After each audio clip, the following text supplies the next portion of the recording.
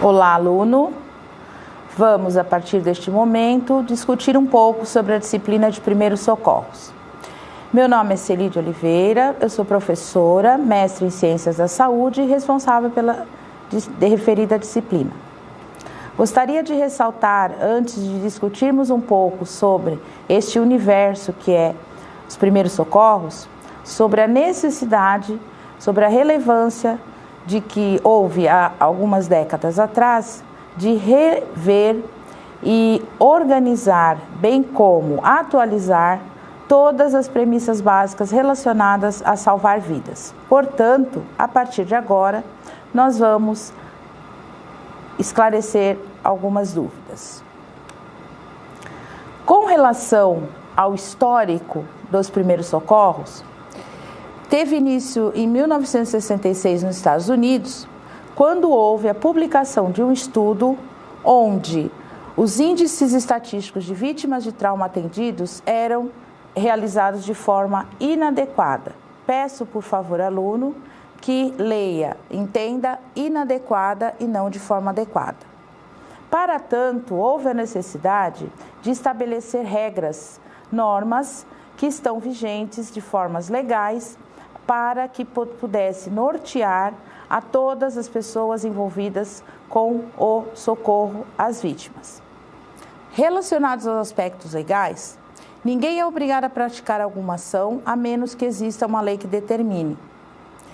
É, portanto, uma obrigação legal somente nas seguintes questões listadas a seguir, que vamos a elas. Quando a função profissional exige, ou seja, naquelas profissões em que está implícita a prestação de socorro a vítimas de acidente, como, por exemplo, bombeiros e salva-vidas.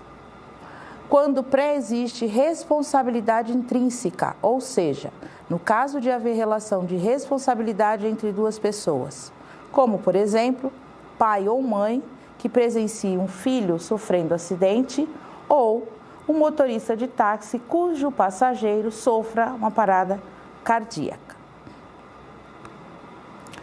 Iniciado o tratamento, prezado aluno, é importante ressaltar que durante o atendimento de socorro, a pessoa não pode responder. Desculpa, corrigindo, a pessoa não pode interrompê-lo. Logo, concluímos que a responsabilidade com o socorro prestada pode ser questionada se o socorrista falhar ao agir.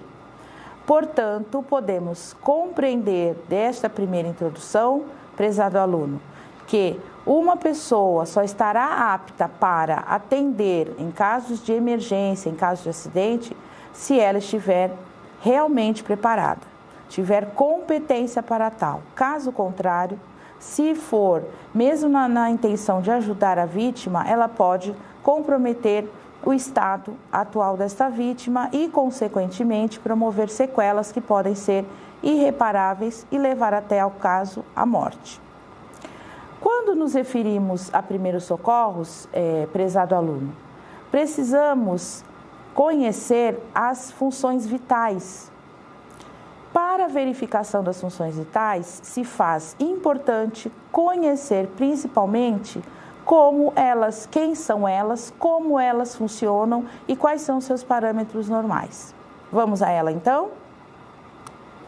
Verificando funções vitais.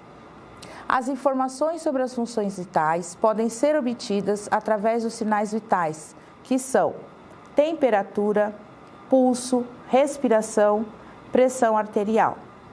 E também dos sinais de apoio, pupilas, cor e umidade da pele, nível de consciência e motilidade e sensibilidade do corpo. Relacionado aos valores normais dos sinais vitais ou das funções vitais, nós temos a temperatura normal, oscila entre 37,5, 36,5 e 37 graus e meio. O pulso em um recém-nascido, os batimentos normais estão entre 130 a 140.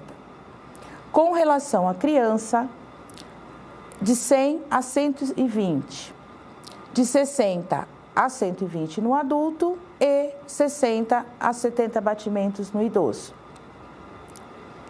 Relacionada à respiração, temos o normal varia entre 40 a 60 movimentos respiratórios por minuto no recém-nascido, de 20 a 26 movimentos respiratórios na criança, de 16 a 20 no adulto e 14 a 18 no idoso.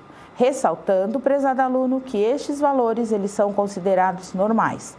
Qualquer valor abaixo ou acima destes aqui apresentados pode ser considerado uma situação de emergência ou de urgência. As pupilas como sinais de apoio, em situação normal, quando há pouca ou nenhuma luz, a pupila se dilata. É o evento conhecido fisiologicamente como midríase.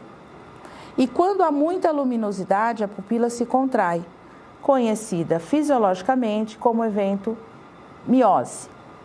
Essa reação, ela recebe o nome de fotorreatividade pupilar. Você pode percebê-la, prezado aluno, fazendo um teste consigo mesmo. Frente à luz, frente ao espelho, você pode observar que durante o estímulo luminoso, tende as pupilas se contraírem para que você possa perceber, visualizar a imagem à sua frente. Bem como quando você está num lugar um pouco mais escuro, ocorre a contração das pupilas. Cor e umidade da pele, que é um outro sinal de apoio. Em situações anormais, a pele pode se apresentar de algumas maneiras que nós iremos discutir agora, prezado aluno. A azulada, que é conhecida como cianose, ocorre no caso da parada cardiorrespiratória, da asfixia ou exposição ao frio. Você já deve ter percebido este evento com você mesmo, prezado aluno. Numa situação de frio, as pontas dos dedos, principalmente se não estiverem protegidas, elas podem apresentar em meio arroxeadas, que é o evento conhecido como cianose. Pálida, em caso de hemorragias, estado de choque, parada cardiorrespiratória prolongada ou mesmo tensão emocional. Com relação à tensão emocional, prezado aluno, numa situação de estresse, ocorre uma descarga adrenérgica liberada pelo sistema nervoso central, áreas específicas, é importante ressaltar, e normalmente a pele ela apresenta-se no estado de palidez. A avermelhada, também conhecida cientificamente como hiperemiada, em situações de febre, queimaduras de primeiro grau ou traumatismo. A pele fria, úmida e pegajosa são percebidas no caso de estado de choque.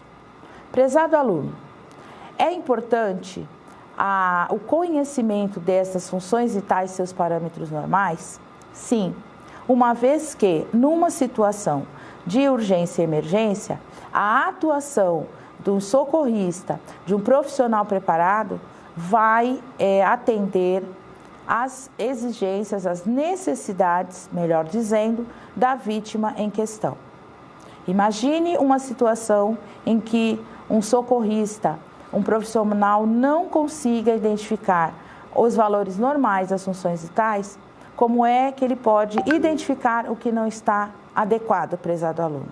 Por esta razão, é de extrema relevância que as funções vitais sejam conhecidas, os seus valores normais conhecidos também e principalmente avaliados no momento de uma situação de emergência. Relacionado à cor e umidade da pele, numa situação de emergência, muitas vezes é necessário avaliar algumas partes do corpo. E é importante ressaltar, prezado aluno, que não devemos esquecer de termos a autorização da vítima, se for possível, de um responsável que esteja próximo no momento, que tenha condições de autorizar esta manipulação à vítima, bem como pai ou responsáveis em caso de crianças. Com relação às pupilas, pela necessidade do toque na vítima, não devemos também esquecer destas orientações. Mesmo e principalmente numa situação de urgência e emergência, se faz necessária a autorização da vítima ou do seu responsável, sempre que a situação necessitar e houver a possibilidade. Relacionada à pele hiperemiada, em casos de febre, queimaduras de primeiro grau ou traumatismo, é importante ressaltar também que não se deve colocar nenhum tipo de produto ou material sobre esta pele. É necessário que seja feita a avaliação e posteriormente os cuidados adequados, pois não devemos esquecer, prezado aluno, que no início da nossa discussão nós enfatizamos muito a necessidade de um novo programa de reformulação na legislação, tendo em vista que os acidentes e os cuidados que eram prestados às vítimas em casos de traumas ou traumatismos, e principalmente vítimas de acidentes, eram feitos de forma inadequada. Logo, ocorreram sequelas irreversíveis. Nível de consciência considerado normal é aquele em que a pessoa percebe normalmente o ambiente que a cerca, com todos os sentidos mantidos e responde aos estímulos verbais, motores e sensoriais. Com relação ao nível de consciência, prezado aluno, é importante também ressaltar que é um sinal de apoio, uma vez que estamos aqui, eu e você, nesta interação, estamos ambos conscientes.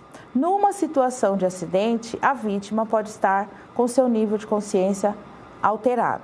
Logo, vale lembrar que em situação de estresse, a pessoa pode apresentar sinais de apreensão excessiva, olhar assustado, face contraída e medo, estando, portanto, com seu estado de lucidez alterado.